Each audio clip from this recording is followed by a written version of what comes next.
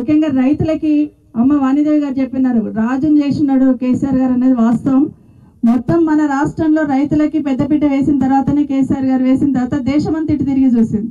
కానీ 9 నెలల్లో 15th August వరకు 2 లక్షల రుణమాఫీ చేస్తున్నారు రేవంత్ రెడ్డి గారు. మరి 15th ఆగస్టు ఇంకా రాలేదని అడగడానికి మాత్రమే ధర్నా చేస్తా ఉన్నాం. 15th ఆగస్టు వచ్చిందా లేదా చెప్పాలైనా.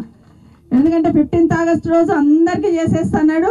40 లక్షల మంది రైతులకి రుణమాఫీ 2 లక్షల చొప్పున చేస్తానని చెప్పినాడు. కాబట్టి మరి 15th ఆగస్టు వచ్చిందా లేదా, మరి అన్ని దేవుళ్ళ మీద దండం పెట్టినావు, అన్ని దేవుళ్ళ మీద ఒట్లు పెట్టినావు, మరి ఆ ఒట్లు పెట్టిన దేవుళ్ళన్నా చూస్తున్నారా లేదా అనేది అడగడానికి మాత్రమే ఇక్కడికి పిలుచున్నాం. రెండవది, రైతు బంధు ఈ పాటికే వర్షం పడుతుందంటే చాలు, కేసీఆర్ గారు ప్రభుత్వం ఉన్నప్పుడు వర్షం చినుకులు పడుతున్నాయంటే మన అకౌంట్లలో డబ్బులు పడుతున్నాయి, రైట్ అకౌంట్లలో టింగ్ టింగ్ టింగ్ టింగ్ అని మోగుతుండేనా లేదా ఒకసారి చెప్పండి. ఫోన్లు మోగుతుండే, వర్షం చినుకులు అక్కడ పడుతుండే, ఇక్కడ ఫోన్లు మోగుతుండే, ఆ రైతు చెప్తుండే అమ్మ కేసీఆర్ పైసలు పడ్డాయి, రేపు పోయి తెస్తేనే మందులకు వస్తాయి అంటుండే. అట్లాంటి పాలనండి ఈరోజు 9 నెలల్లో ఎదురు చూస్తున్నారు. ఇంకెప్పుడు పడతాయి, ఇంకెప్పుడు పడతాయి. ఇగో దసరాకి వేస్తామండి, ఇగో బతుకమ్మ పండుగకి వేస్తామండి. బతుకమ్మ పండుగ అయిపోతుంది, దసరా వస్తుంది, ఇప్పటివరకు దాని అతిగతి లేదు.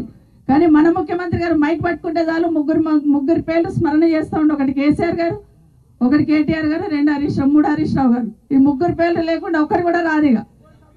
ఇక అది ఈ మధ్య చేర్చిండులే, ఏది కూడా నడుస్తలేదు. ఇది మనం అందరం చూస్తూ ఉన్నాం.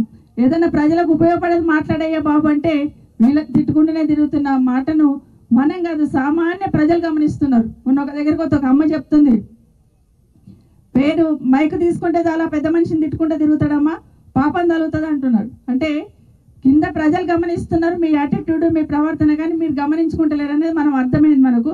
ఇంకోటి ఏం చెప్పారు, మన దగ్గర రాహుల్ గాంధీ వాళ్ళందరూ వచ్చిన్నారు కదా, సోనియా గాంధీ, రాహుల్ గాంధీ తుక్కుగూడల్ని వేదిక చేసుకొని పెట్టున్నారు. ఏం చెప్పినారు, బోనస్ ఇస్తామన్నారు. తర్వాత రైతు కూలీలకి సంవత్సరానికి 12,000 వేస్తామన్నట్టున్నారు.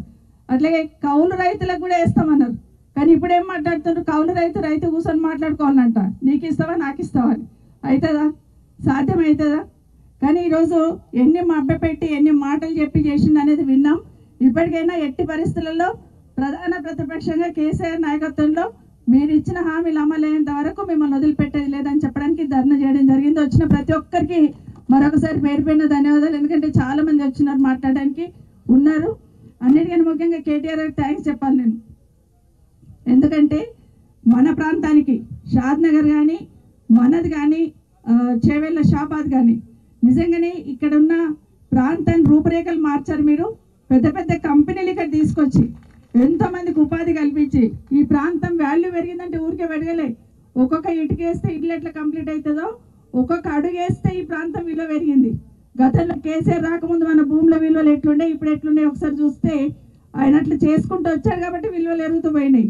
కానీ ఈరోజు ఈయన వచ్చినాక మొత్తం కూడా పాడు చేసే కాడికి వచ్చిండు అనేది వాస్తవం అని మీకు అందరికి మనవి చేస్తూ, ఈరోజు కేటీఆర్ గారు మన దగ్గరికి వస్తున్నారు.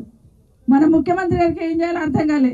అరే కేటీఆర్ కందుకూరు పోతున్నాడు కదా, మొత్తం కందుకూరులో రాష్ట్రం అంతా అటే తిరిగి చూస్తారేమో, నేనేం చేయాలని రాత్రి 1 గంటలకు ఫాక్స్కాన్ కంపెనీ ఉంది మన దగ్గర, కిషన్ రెడ్డి గారి కాన్స్టిట్యున్సీ మనకు మధ్యలో.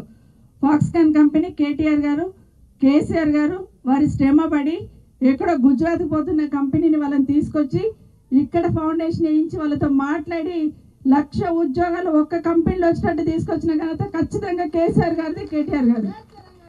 సో అది వాళ్ళు కూడా ఛాలెంజ్గా తీసుకొని 30,000 ఉద్యోగాలు ఇప్పుడు ఇవ్వబోతున్నారు. కంపెనీ కంప్లీట్ అయిపోయింది, బిల్డింగ్ కంప్లీట్ అయింది, 30,000 తుక్కుగూడ దగ్గర ఉన్న దాంట్లో ఇస్తూ ఉన్నారు. అయితే ఇప్పుడు ఏమవుతుందంటే కంపెనీ కంప్లీట్ అయింది, రేపు ఎల్లుండో దాన్ని ఇనాగరేషన్ చేస్తారు. మరి ఆ పేరు మొత్తం కేసీఆర్ కోత ఎట్లా అనుకున్నాడేమో. రాత్రి 1 గంటలకు కలెక్టర్ ఫోన్ చేసి, బాబు నేను వస్తా, సున్నం సరిగా వేసిందో లేదో, మరి ఆ మిషన్లు పెట్టిందో లేదో, లైట్లు సరిగా వాడుతున్నా లేదో, నేను వచ్చి చూసిపోతా ముందని చెప్పిండట. ఇప్పుడు వస్తున్నాడు చూడనికి. ఎందుకంటే కేటీఆర్ గారు వచ్చింది కాబట్టి డైవర్ట్ చేయాలి కదా ఇష్యూ. డైవర్ట్ చేయడానికి అది చూసిపోనికి వస్తా ఉన్నాడు. ఎవరు వచ్చి చూసిపోయినా, ఎవరు వచ్చి సున్నం వేసినా ఆ ఫాక్స్కాన్ కంపెనీ తెచ్చింది మాత్రం కేసీఆర్ గారే.